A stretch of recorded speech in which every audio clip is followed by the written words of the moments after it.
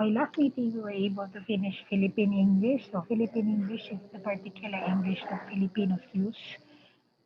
It's a combination of, of the daily and casual use of English in the Philippines, which has been accepted uh, worldwide. So now we move with Singapore English. Singapore English is a dialect of the English language that is used in the Republic of Singapore. Lingua franca influenced by Chinese and Malay, also called a Singaporean English. Educated speakers of Singapore English generally distinguish this variety of English from Singlish. So here are some words and expressions and phrases used in Singapore English. So number one, catch no balls. And when this phrase is derived from Hokkien dialect, yak bok kak kiu, and is used to indicate that the speaker does not understand what is being said. For example, someone may say, "Can you speak slower and repeat your idea again? I catch no ball." You would say, wala siyang maintindihan sa sinabi mo. Catch no ball. I did not understand anything. Next is, die die must try. So die die must try is a phrase which means that you must try it no matter what. For example, after going to a new restaurant, your friend may call you and say, "That restaurant makes the best asam laksa in Singapore. You die die must try." Next is tokok. Oh, it's not what you're thinking. The etymology of the phrase comes from the 18th century English phrase cock and a bull story, used to describe obviously untrue stories. When used in Singlish or Singapore English, it is implying that the person who is speaking isn't saying anything useful or that they are talking nonsense. However, the um, longer version of this phrase, tokok sing song, means to help together with friends to catch up and gossip. So when you say tokok, he's just saying nonsense. Kaya naman yung mahabang version means nagchichikahan kayo, something like that. Next is angmong. Angmong refers to the redheads or the westerners. Yun. Shock is their version of saying great. Kantang is yung version nila ng saying nagfi-feeling na yung ayun, yung nagfi-feeling na ayun, feeling mag-English. Ganon. Okay? Paisa is to be sorry or to apologize. Feeling embarrassed. Sabo is to sabotage or um, to to work with unskillful labor. Kiyasu is bida-bida. For example, some parents would have their children tutored because these are kiyasu parents. They want their children to excel and be top in the school. Blur like sotong, ito yung mga tao na ang tagal makagets sa isang grupo, di ba? Sa isang grupo ng magkakaibigan, sila yung laging loading. Ano daw? Kasi tumawa na kayong lahat, siya hindi pa. Late tatawa. Ganun. So that's blur like sato. Lale and ma, ito yung mga affixes na dinadagdag nila sa kanilang mga salita. See, for example, how are you, love? Where are you going, love? Lagi may ganun. Okay. Yung walaw or wapyang is OMG in Singapore, in English. Siyaw is crazy or insane. Chop is yung save. O, save na to ha. Wala nang upo. Akin to. Maglalagay ka ng tissue o kaya ng bow. It's reserved. Makan is eat. Kena is got hit by or be affected by. Siyan is bored. And naulit yung anglo. Next is Black English. So when we talk about Black English, it refers to the distinct speech of African American or Black English or African American English. Examples of black English is bogus, means fake or fraudulent, hep or hip, well informed, up to date, cat or friend. Cat is a friend or a fellow. Dig, to understand, appreciate, pay attention.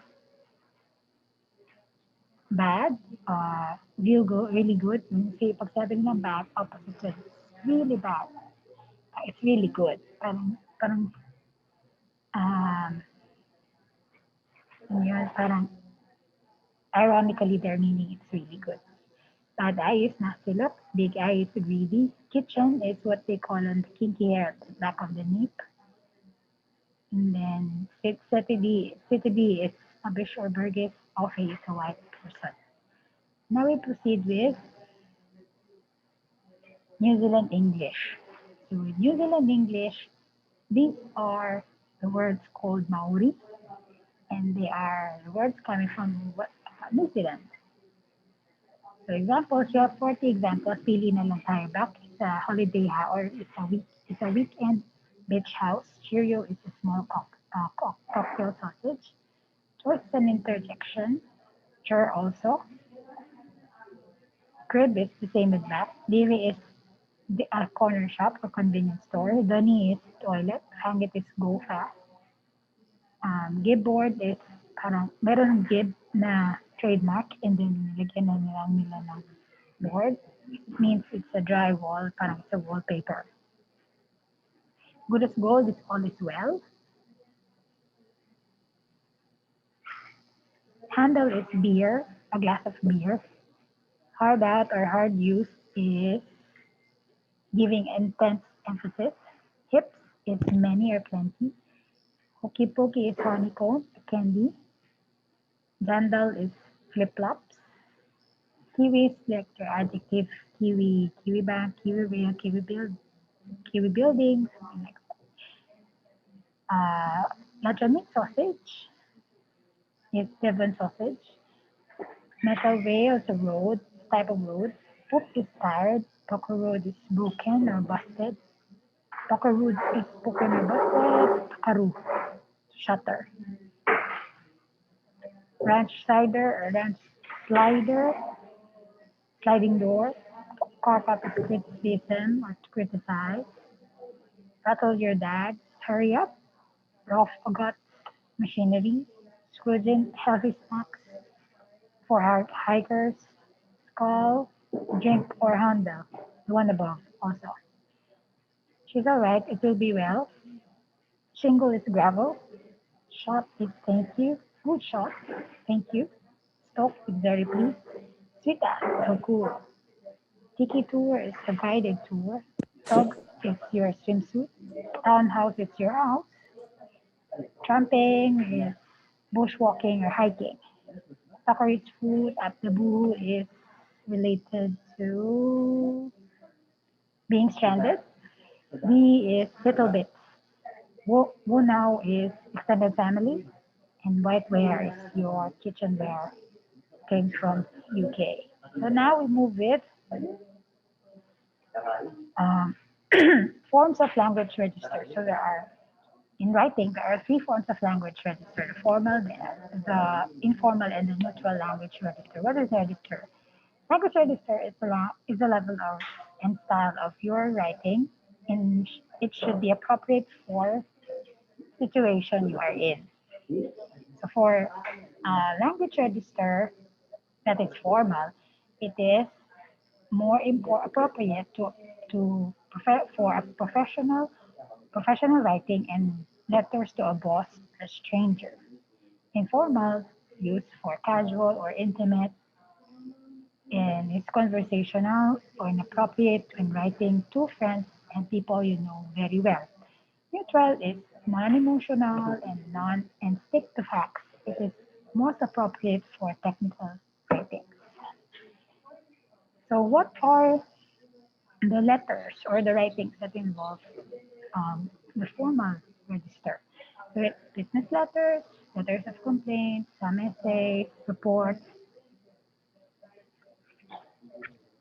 official speeches, announcements, and professional emails. So they have these guidelines that you need to practice in order for you to understand, in order for you to be able to compose a formal writing in formal language register in writing. So rules: do not use contraction. So make it write it in full. Cannot, have not, do not, could not, is not. You can contract, but when it is written in verbatim, when someone, if you want to quote someone and he said it's verbatim,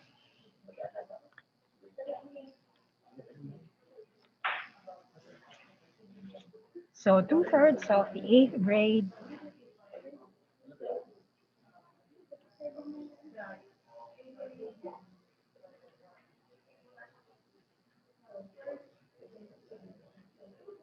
man-prank kaya ako minsan, ano, sabihin ko, nagtapos na kami mag-quiz. Joke lang. Maniwala, hindi mo ako nagpapaquiz, madali. Hindi mo talaga ako nagpapaquiz. Anyway, next. Keep in mind that an apostrophe, wait ko. Hala, Ken, tapos na kami mag-quiz. Di ba, no, guys? Di ba? Ala. Di ba, no, Jan? O, na to eh, si Jan.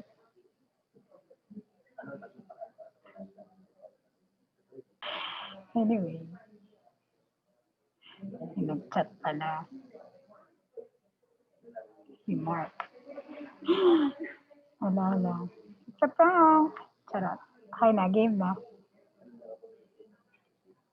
So going back, so pagka magagamit nila ang contraction, pagka verbatim na sinabi, yung i-quote and quote ninyo inside the letter or the speech. Okay? Keep in mind that apostrophe is not only for contraction, you can also use it for ownership, children's room, professor's report, elephant's trunk, um, father's car, something like that. So for numbers, you write down numbers, or you write in full word the numbers from 0 to 99, and the rest from 100 and above you use numerical. For writing third person, so avoid using I, you, we, and us. So always use one of. Instead of using, you can, for this example, you can purchase a car for under $10,000. So one can purchase a car for under $10,000. So avoid using passive voice. Ano yung passive voice? Passive voice is yung action sa sentence. Dapat yung subject, siya yung doer ng action. Sa passive voice, yung subject, siya yung ipinapasa niya yung action doon sa receiver. Kaya may by. O, para mas madali, dahil hindi naman ano yan, kumbaga, para mas madali intindihin, mayroong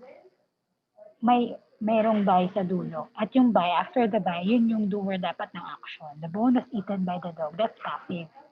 Pinapasa nung subject yung action doon sa after ng by. Doon sa receiver. Doon sa after ng by, para mas madali tandaan. Okay? So, dapat, the dog ate the bone. The students completed the research in 2009. So avoid using slang words, just like yung communication for multicultural audience. Avoid using slang words, idioms, exaggerations, and cliches. So slang words are commonly informal writing and spoken English. Slang is particularly in a certain region. See, for example, awesome, cool, okay, check it out. In a nutshell, cliches, common cliches. Too much, too much of a good thing. Moment of truth. Time of time is money, or time is gold. Don't push your luck. Beauty is only skin deep. Also abbreviation, you write it down. If it's also acronym, you write it down. So it's influenza, you say flu. You don't say influenza, you say flu. You should put influenza. United States, USA, spoon, see, tablespoon is not TBSP, Kansas is not KS, you put the whole thing. Same with the acronyms. Do not use slang abbreviations or symbols that could use in friendly emails. But you could use this on friendly emails, but not on formal letters. LOL, talk to you later, because, without.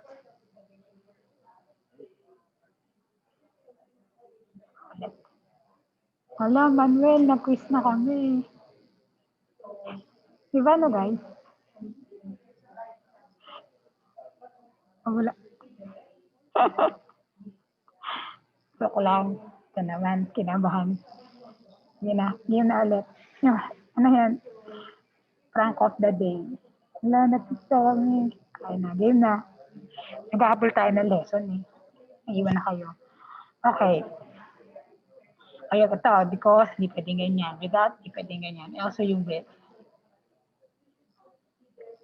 So do not start sentences with words like and so, but also. Instead, you use these transitional words. Nevertheless, additionally, however, in addition, and as a result of, although. So always write in complete sentences, write longer, more complex sentences. So sa informal language register, wala naman yan. Yung mga rows at as, wala naman yan. Express yourself well, but be polite. Pwede siya sa mga personal email, phone text, short messages, short notes, friendly letters, most blogs, diaries, and journals. So ito yung mga walang rules. So ito yung mga pwedeng committed for informal writing. So sa neutral writing, no emotions. Hindi ka pwedeng mag-express na masyadong masaya, na parang casual, hindi naman pwede din masyadong serious. So just platonic. You're there to inform. So saan to? Reviews, articles, and letters, essays, and technical writings. Other language register, ito naman sa mga spoken field. Frozen, ito yung example nito is lupang hinirang, na bago ni Panatang Makabayan. So hindi na panunumpa sa watawat, the Constitution, the preamble, frozen register siya. Hindi na siya pwedeng baguhin. It's static register. Consultative if you are consulting with professionals like lawyers, doctors. So, sa una, medyo formal sila. At the end, just to consult the patient or the client, they become a little bit of a casual register. Intimate register. So, ito yung mga for your close and intimate loved ones. So, lovers or two friends na meron kayong na talagang super best friends kayo. Meron kayong inside jokes. So, that's the register for intimate register.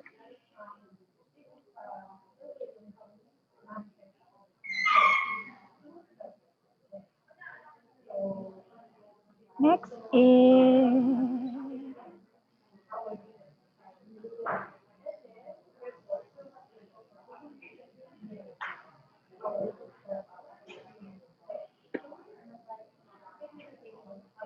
okay.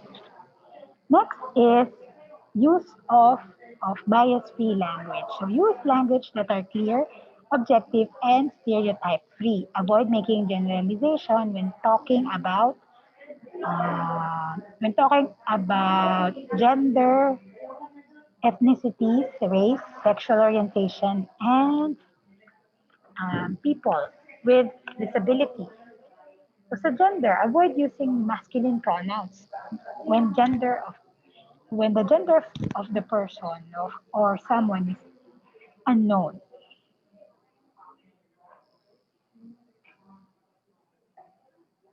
Emily, nag-quiz na kami. Pati si Mark. Di ba guys? O, yung mga ano dyan, bawi-bawi din.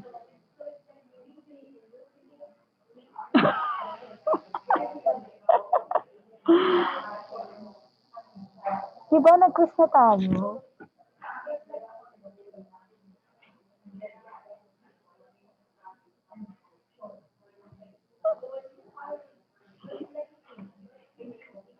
Hard din dyan si ano eh.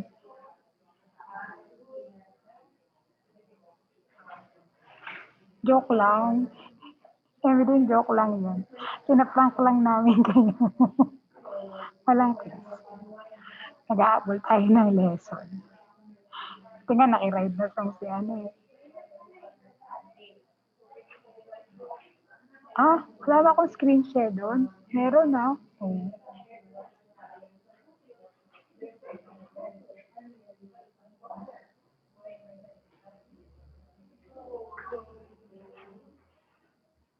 Tingin ko nga.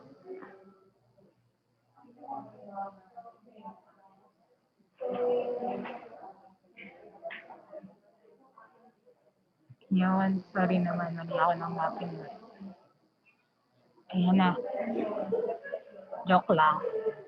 Okay, naging na. So, gender bias. Kasi di ba karaniwan sinasabi natin pag dati nakasanayan natin. Pag di natin alam kung ano yung gender ng tunutukoy mo na tao, gawin mo siyang he. Hindi daw dapat gano'n. So, dapat tanggalin mo yung he, i-revise mo siya something like this. So each consultant, for example, each consultant has to submit his project proposal before the next team meeting. So you can do it for a better translation or better use of gender. Each consultant has to submit his or her project proposal before the next team meeting, or all consultants have to submit their project proposal before the next meeting. So ito, yung mga words, basic words, anchorman, instead of saying anchorman, you say anchor. Businessman, business person, executive, manager, business owner, retailer, etc. Cleaning girl or cleaning lady, cleaning girl or maid. You don't put it that way. You say house cleaner, housekeeper, cleaning person, office cleaner. And then congressman. So you call them representative, member of the Congress, legislator.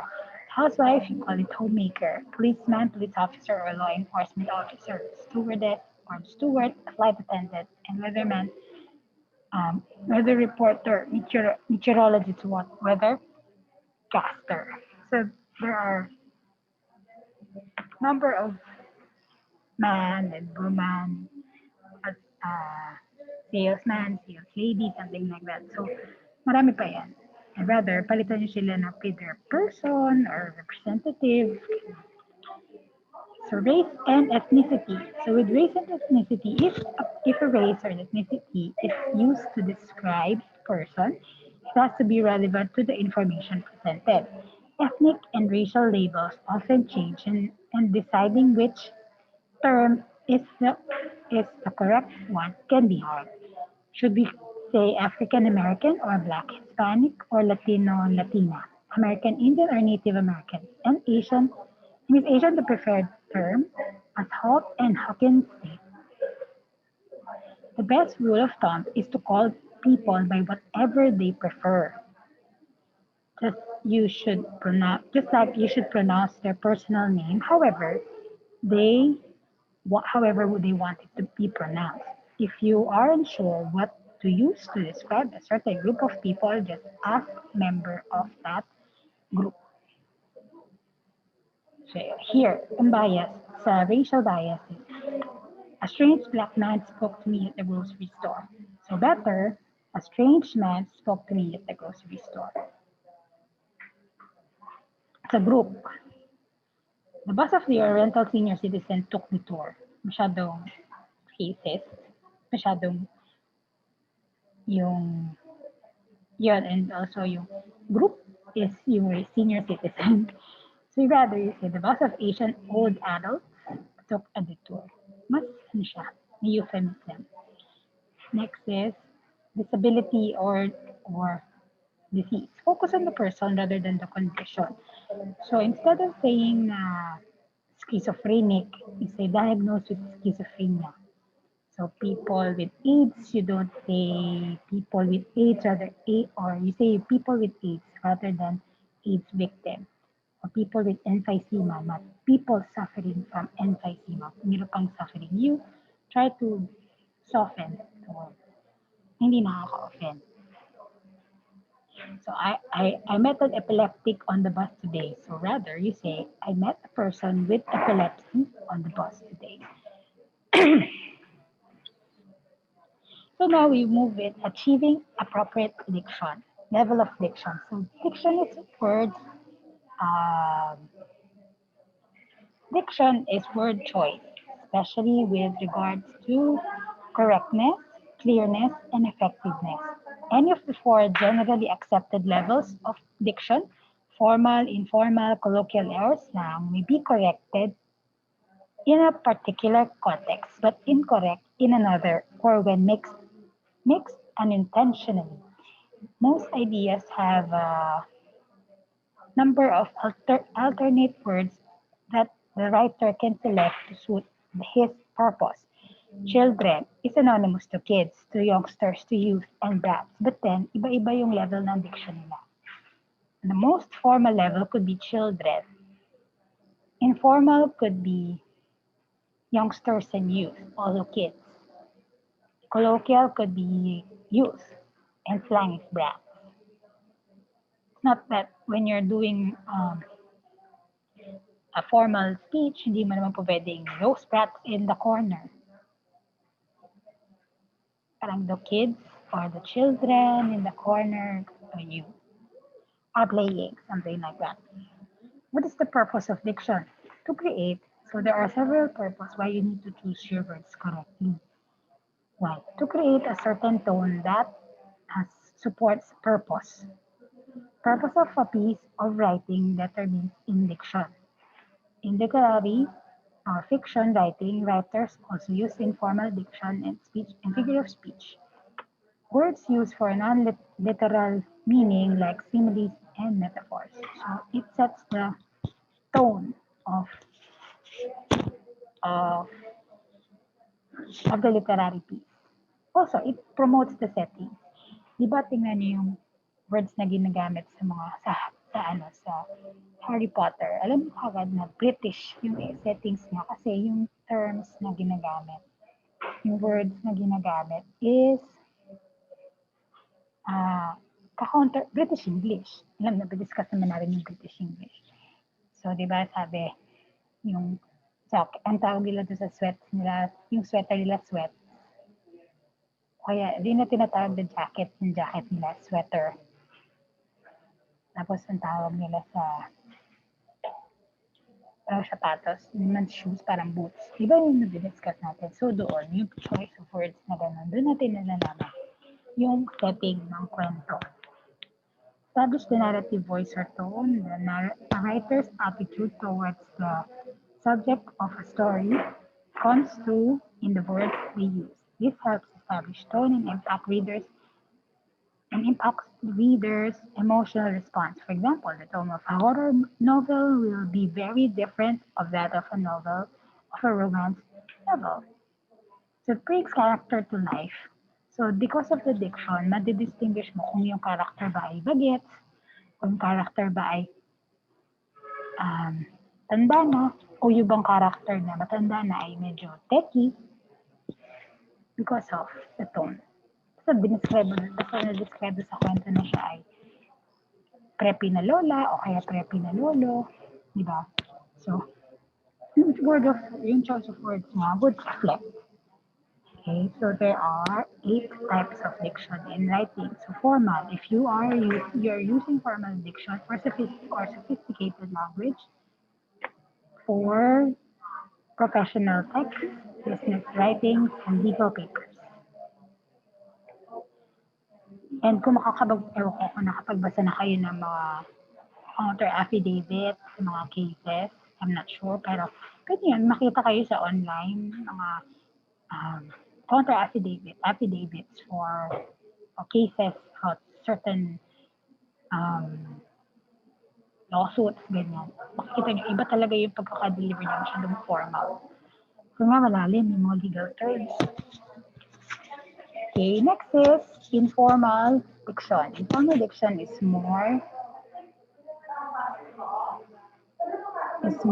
conversational and often used in narrative literature. This casual vernacular is representative of how people communicate in real life.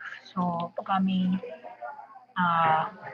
ano lang, if you're reading yung mga narratives lang, parang storytelling, na slice of life, so ganyan siya. Next is pedantic, pagka ito yung medyo academic ang approach. Colloquial, yeah, it's just like informal diction, kaya lang, ano siya, casual. Slang is super casual. Abstract if you talk about ideas. Concrete if you're talking about anything tangible. And poetic if it's more on the artistic side of literature. Now we have diction or examples of dictions in uh, na divide naman into, sige, for example, for spoken, yung standard, ito talaga yung alam natin. Ito yung familiar tayo. Itong nasa extreme left, ito yung medyo mabigat yung pananalita. And extreme right, masyadong casual. Learn, wise up, edify. Choose, speak out, elect. Misled, jerk your chain, beguile. Yung nasa formal. So using correct diction, suitable some words and expressions. So ito yung mga words na napagpapalit natin ng gamit because magkatulog sila. May slight difference lang sa spelling. Pero nalilito tayo as second language learners ng English. Okay? So, I think pati naman mga native speakers, nalilito rin sila. So, to clarify, so examples, yung accept and accept. Yung accept is, is to approve or to receive, tanggapin. Then, you accept is usually a preposition meaning not included. So, example sentences, the gifted child accepted or received a donation from a generous parent. All faculty members were promoted except or not including the new ones. Adapt and adopt. Yung with the A is to accommodate or to adjust. Kumbaga, sa play, nakaporma na yung play ng triangle. I-accommodate mo lang. Kunyari, gagawin mo siyang to accommodate or to mag-adapt siya dun sa stick. So, kailangan lang niyang nakaporma pa rin siya, pero tutusok mo lang, i-adapt lang niya yung stick. Kumbaga, tutusok lang yung stick. Walang mababago. Yung adapt, entirely, wala hatang form. Kailangan mo ng form. So, i-adapt mo ngayon yung form ng halimbawa, shape ng triangle. Kukunin mo yun or to accept or to use as your own. So, the class had a hard time adapting to the substitute teacher. Hindi inampun yung teacher, nakibagay kayo sa teacher. Childless couple adopted a beautiful baby girl. So, umampon kayo ng baby girl yung pose. Advice with the C and advice with the S. So, advice with the C, ito yung payo. Yung advice with the S, ito yung pagpapayo. Advice with the C, so, the girl sought advice from the prince. The deep advice the teacher against taking a leave of absence. Affect and effect, sorry, Yung yung it's a verb to influence. Yung effect, yung it's a noun, which means a result. So, example, his family problem have affected his work performance. Influence have influenced his work performance. The serious effects of environmental degradation was or are unimaginable. Effect, result. The serious effect or result of environmental degradation is or are imaginable. Already and already. All space ready means everyone is ready. Already is previously or it's an adverb which means previously or by this time.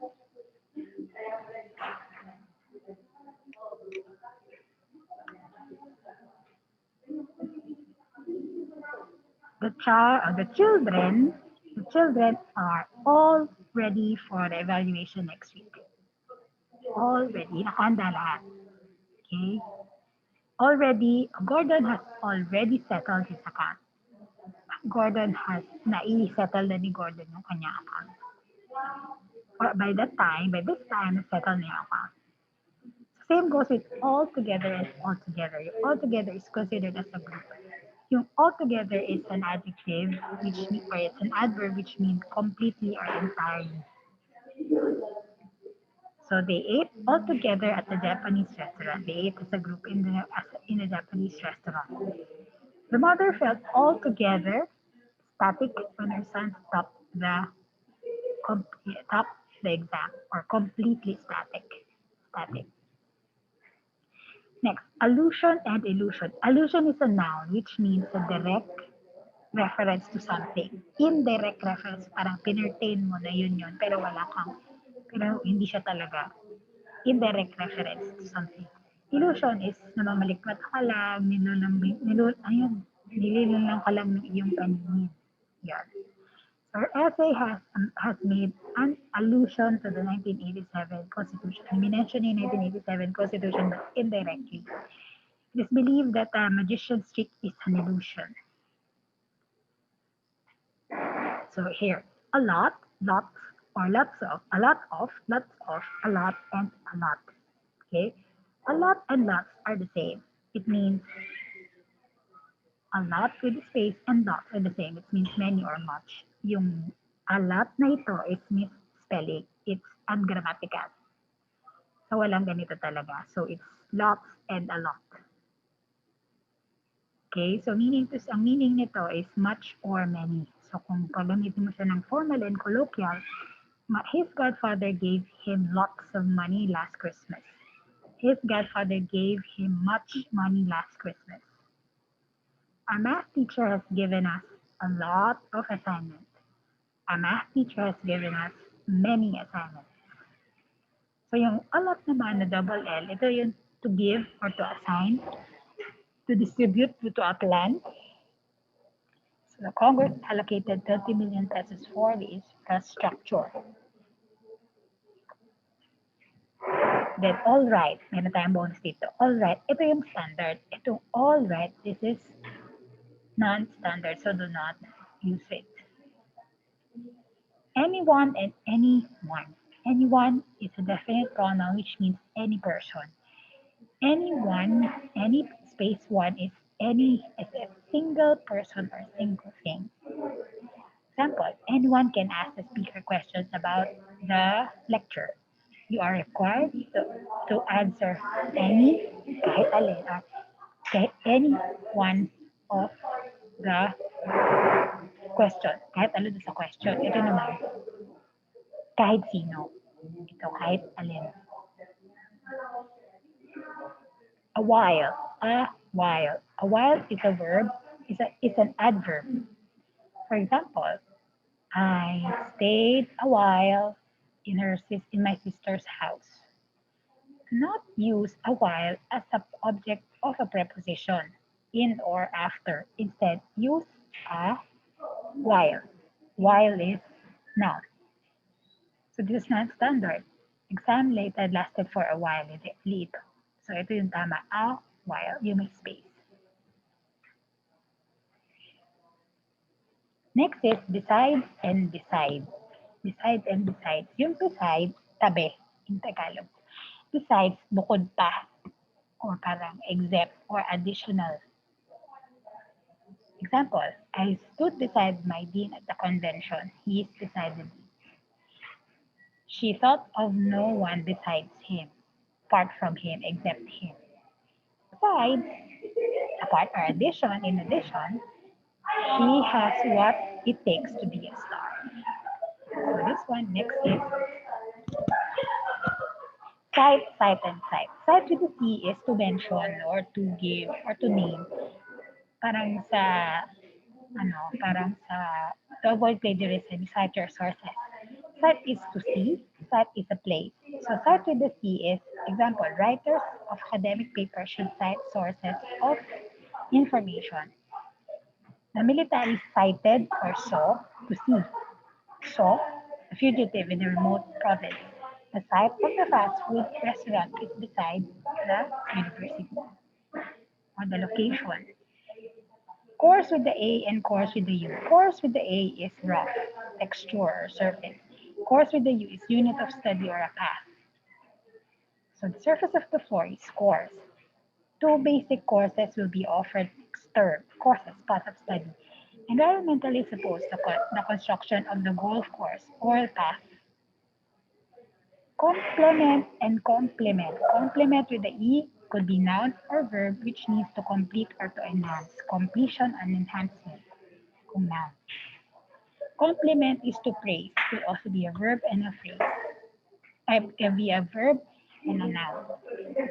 Okay, his intelligence will complement her will complement her efficiency. His intelligence will complete or enhance his efficiency. So no one succeeded. For one for one to succeed, discipline is complement to or is a completion to for hard work. Another yung complemented. The students complimented the chair for her organizational skills. Complimented verb. Praises. He praised. Responses to compliments may vary across culture, or responses of praise or to praise is may vary to culture, to various culture.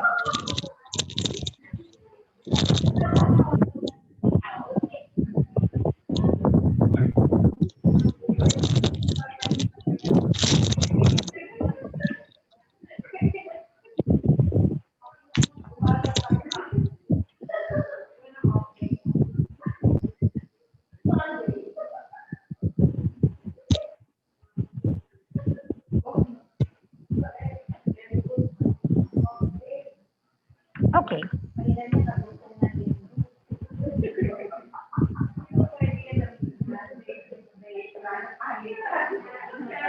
Next is continual and continuous. Continual is means repeated frequently, madalas ginagawa. Pero di siya, may inter, may, may pagitan. Pero madalas mo ginagawa. Yung continuous without stopping, without interruption, dire-diretso. So, so there was continual laughter or pwedeng mihinto yung laughter, tutuloy yung laughter from the audience during the show. A clock clicked or ticks siguro to, ticks continuously, non-stop. Next, counsel and counsel. Counsel with CI is a noun that refers to an assembly of people. Counsel is advice or guidance. Pareho silang, pareho din silang pwedeng noun and verb. Counsel, mali. Sorry. Yung counsel lang ang pwedeng noun and verb. So yung council is a group of or assembly persons, assembly people. Council of Teens will meet on Thursday. It's a noun, council. Matthew sat beside her counsel or advisor or guide or someone who guides him or abogado during the arraignment.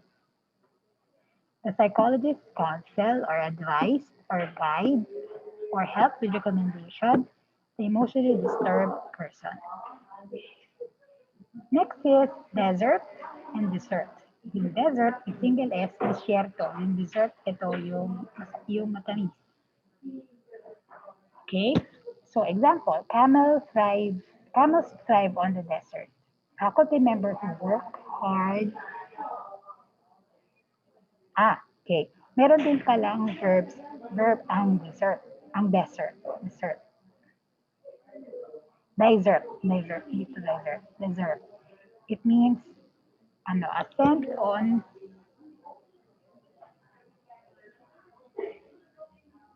wala, matatapos na kami. Di bale. Maybe, may recording naman. Anyway. So, yung desert na verb is to leave without any intention to return. Yeah. So faculty members who work hard just get there just deserts. Also, soldiers who desert or who leaves the military are punished accordingly. A tray of assorted fresh fruits makes a great dessert. Okay. Next is device with the C and device with the S. Yung device with the C is a noun, sa form of equipment. Ito yung gadgets. Device with the S is to invent. She bought the device from, or she bought the device in the USA. Meron siyang gadget na binili sa USA, device. Then yung isa na with the S, um, Jeffrey devised a plan to motivate teachers to do more research. Okay. Different from and different than. Different from is more acceptable. However, use different than when the word than is used to introduce a dependent clause. For example, ito, better yung from. The teacher's part in the program was entirely different from the students. The topic they were told to study were different than the things than the things they came that than the things that came out in the exam. So then introduces the independent clause. Then the things was different period than the things that came out from it. Inintroduce niya yung clause na than the things that came out from the exam. Okay. Yung independent clause. Pagka-independent clause siya, pero mas better na gamitin yung from. Kung ito naman, hindi naman siya independent clause. Kaya from, hindi siya different than the students. So, different from. Kaya hindi siya independent, or hindi siya dependent clause rather. Disinterested and uninterested. Disinterested is impartial, not influenced by personal bias. Uninterested is not interested at all. Ito, impartial, not influenced by personal bias, disinterested. Unbiased ka, ganun. Next. So, example is, the judge may be disinterested, must be a disinterested party in a case. Wala siyang dapat impartiality. Dapat sa gitna lang siya. The students were making noise because they were uninterested in the lecture. Okay. So they're not interested in the lecture. Dyeing and dyeing. Dyeing with the E is imparting color to a material. Dyeing is to cease to be alive or to die, to lose your life. He is dyeing his shirt again, o dinojobos in Tagalog. Pedro was beside his grandmother when she was dying or nung mamamatay na. Okay, next is, marami pa pa. Marami pa. Putulin ko na rin. We end ng mga 3:30. Kasi marami na tayong para makahinga. 1 hour na rin tayo nag-lesson. Okay. Sana ako. So each other and one another. Each other refers to two people. One another refers to more than two people. Kapag may dalawang tao sa subject, each other yon. Pagka more than two people, one another na. Example, husband and wife should bring out the best in each other. Dalawa kasi sila. So the members of the group help one another to get a high grade. So hindi siya po pwedeng help each other. Hindi, kasi maraming members ng group. Definitely. So pag pair lang, it's each other. Pagka it's a group of more than two people, it's, or three pataas, it's one another. Emigrate or immigrate. Emigrate is to exit the country. At tandaan nyo, exit. Emigrate, exit ka dun sa country. Immigrate, in, in. You go inside the country. Emigrate, exit. Immigrate, inside. You go inside. Okay. So, several families emigrated from the southern region due to the deteriorating peace and order situation in the city. Lumabas sila from the southern region. Umalis sila doon sa southern region. Several families immigrated to the city. Pumunta naman sila sa city. Okay? So, galing sila sa labas, pasok sa loob ng city. Yung isa, immigrated, lumabas sila doon sa southern region. Naghanap sila ng ibang place because magulo doon sa southern region. Next, eminent and imminent. Eminent and imminent. Eminent is a prominent in rank. Imminent means likely to occur. So magkaiba talaga sila. Ito, eminent is prominent in rank. Eminent, rank. Yung imminent likely to occur. So example, UN Secretary General Kofi Annan is an eminent person. Is a person with prominent rank. A coup d'etat is imminent because of the current political crisis. It's likely to occur. Okay.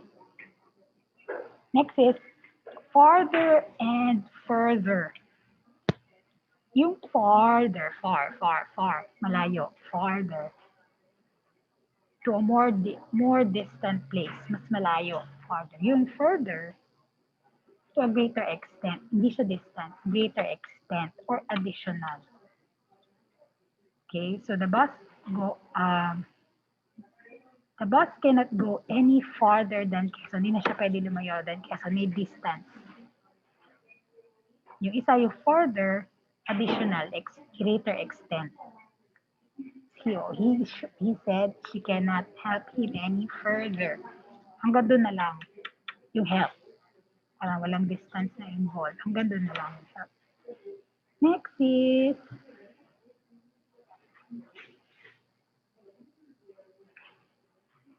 fewer, less. Fewer refers to a number of things. Nabibilang. Nabibilang ito. Ang fewer ha, nabibilang. Yung less amount siya, hindi siya nabibilang ng count, in counting. Thank you po.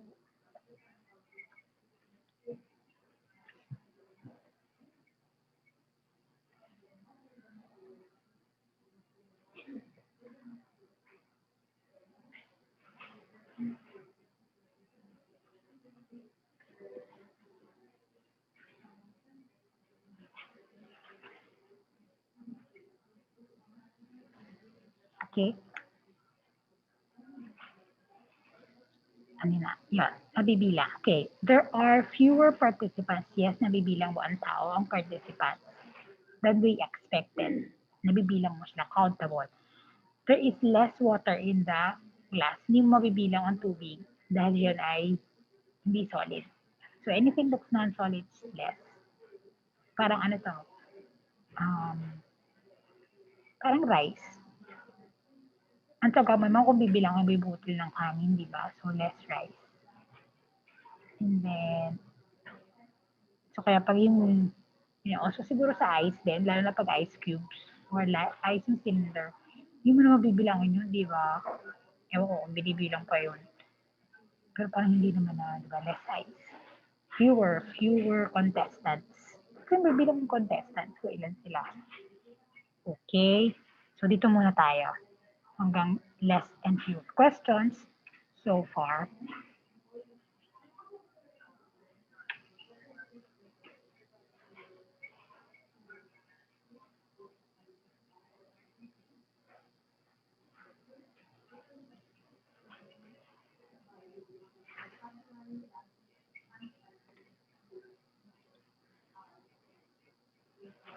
I-picture muna.